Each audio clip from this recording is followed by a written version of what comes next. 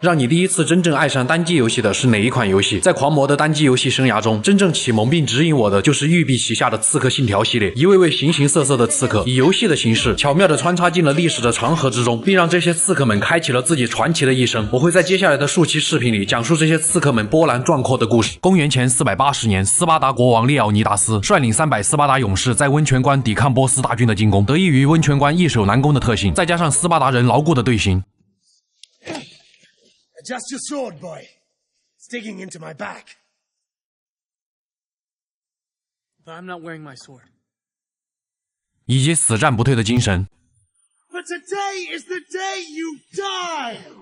What? 硬是在温泉关这条通道死守了7天之久，奈何始终人数差异巨大，战士们最终力竭。列奥尼达斯连同300斯巴达勇士战死温泉关。公元前458年，列奥尼达斯的外孙女卡珊德拉出生。卡珊德拉的父亲是斯巴达将领尼克拉欧斯，母亲密里涅也在卡珊德拉还是小女孩的时候生下了弟弟阿里克西欧斯，并且他和弟弟从小就被父母给予厚望，希望他们能够成长为像他外公那样勇猛的斯巴达战士。母亲还将外公列奥尼达斯曾经使用过的断矛交给了卡珊德拉，可是随后一条神谕者的预言却让卡珊德拉的家庭支离破碎。神谕者说，如果弟弟阿里克西欧斯不死，斯巴达必然会走向灭亡。于是，在村民和士兵的簇拥下，父亲尼克拉欧斯带着一家人前往城外的悬崖边。在行刑者将弟弟扔下悬崖的一瞬间，卡珊德拉扑了过去，但却不慎把行刑者和弟弟一起推下了悬崖。紧随而至的就是人们的指责。在一片杀人者的咒骂中，父亲只能将女儿也扔下了悬崖。然而卡珊德拉并没有死，他拿起外公的断矛，逃出了悬崖下的骸骨堆，一路逃到岸边的小船上。小船随波逐流，将他带到了一座名叫凯法隆尼亚的岛屿上。这时，一个名叫马可斯的人出现，收留了无家可归的卡珊德拉。凭借小时候父亲曾教导过的战斗技巧，以及外公留下的那把能够预知敌人动作的神奇断矛，卡珊德拉在长大以后成为了岛上有名的雇佣兵，并且因为他身边总有一只叫伊卡洛斯的老鹰，让他获得了驯鹰人的称号。在一次大机灵马可斯的怂恿下，卡珊德拉从当地的地头蛇独眼人那里偷取了他的假眼，然后再卖还给独眼人，用以偿还之前为了购买葡萄园在独眼人那里欠下的高利贷。之后，卡珊德拉结识了一位名叫厄尔皮诺的人，这个人开出了丰厚的报酬，让卡珊德拉前去杀掉一个驻守在莫加里斯绰号叫雪狼的斯巴达将领。看在丰厚报酬的面子上，卡珊德拉答应了下来。不过前往莫加里斯需要一艘大船，正好独眼人抓到了一个说话不小心得罪他的老船长，这种好机会卡珊德拉自然不会放过。于是他将从独眼人那里偷到的假眼当着本人的面塞进了路过山羊的 Ace 里。随后卡珊德拉直接干掉了独眼人，救下了老船长。老船长为了表示感谢，将自己的阿德瑞斯提亚号连同自己和所有船员的指挥权都交给了卡珊德拉。在与马卡斯还有非常崇拜自己的小孩福伯告别以后，卡珊德拉出海前往莫加里斯。在启程前，他偶然从老船长那里得知，那个叫雪狼的斯巴达将领真名叫尼克拉欧斯，而这个人正是那个将自己丢下悬崖的父亲。这更加坚定了卡珊德拉想去莫加里斯一探究竟的想法。在到达莫加里斯以后，发现此时父亲竟然已经收养了一个养子史坦托尔。随后卡珊德拉如愿以偿地见到了父亲，虽然埋怨父亲当初将自己丢下悬崖，但他毕竟养育过自己。卡珊德拉最后还是选择了原谅，并没有对他下杀手。父亲随后像是接受了自己的命运一样，向卡珊德拉坦白了一切。原来尼克拉欧斯并不是姐弟俩的亲生父亲，这一切的真相只有卡珊德拉的母亲知道。一时间亲爹变养父，这让卡珊德拉陷入了震惊之中。随后他开始调查起了自己母亲的去向，因为之前委托卡珊德拉的厄尔皮诺不但想要他杀了自己的养父，还想让他杀掉自己的亲生父母，这种要求肯定不能忍。于是卡珊德拉杀掉了这个人。之后他通过神谕者口中知道了秩序神教的存在，在卡珊德拉身上发生的一切似乎都跟秩序神教有关。于是卡珊德拉伪装成秩序神教的装扮混进了其中，并知道了这个所谓的秩序神教竟然正在寻找自己和家人。当初神谕者的预言以及后续追杀自己和家人都是秩序神教在幕后指使。就在卡珊德拉听说了秩序神教的首领名叫德莫斯的时候，没想到德莫斯竟然提着厄尔皮诺的人头冲了进来。他怀疑组织里面出现了叛徒，于是通过大殿中的神器开始一个一个的检查。轮到卡珊德拉的时候，通过神器读取记忆，他发现眼前这个德莫斯竟然正是自己失散多年的弟弟阿里克西欧斯。德莫斯同时也发现了卡珊德拉，可能是震惊于眼前这个人竟然是自己的姐姐，于是德莫斯并没有拆穿他，而是随便拉了一个旁边的吃瓜群众充当替死鬼。卡珊德拉则趁乱离开了现场。在之后寻找母亲的过程中，卡珊德拉也参与到了希腊与斯巴达正在进行的伯罗奔尼撒战争之中。这期间他经历了许多事，认识了各式各样的人，其中就有被西方世界誉为历史学之父的希罗多德，古希腊著名的哲学家苏格拉底，雅典的基佬政治家阿尔西比亚迪斯，希腊的交际花阿斯帕西亚，雅典城的领袖伯利克里。意外的是，之前在凯法隆尼亚岛上的小孩福伯也来到了雅典，并且成为了阿斯帕西亚的小帮手。随后更是是结识了一位勇猛的斯巴达战士布拉西达斯。不久后，希腊爆发瘟疫，雅典城领袖伯利克里的政敌克勒翁趁着这个机会推翻了伯利克里的领导权，并且克勒翁还是秩序神教的一员，就连小孩福伯也惨死在了秩序神教的手中。在众人分心的时候，伯利克里也被德莫斯当着卡珊德拉的面杀死。在克勒翁接管雅典城以后，卡珊德拉和阿斯帕西亚只能离开雅典，通过一路调查到的线索，知道了母亲米里涅此时正在一个名叫纳克索斯的岛上。当卡珊德拉到达以后，没想到母亲早已成为了这座岛的领袖，苦苦追寻这么久，母女二人终于得以相见。